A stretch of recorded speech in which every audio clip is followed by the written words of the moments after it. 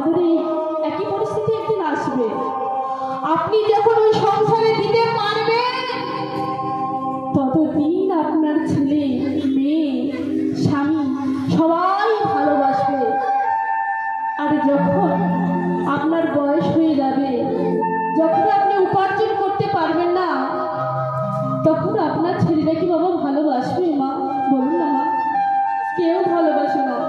তাই তো আমাদের দেখে শঙ্কর আচার্য একটি শ্লোক লিখলেন কি, যাবৎ উপার্জন সত্তা তাবৎ নিজ পরিবার বক্তা, যাবৎ যত্তরে জর জর হে কৌপিন বার্তা পুচ্ছতি হে।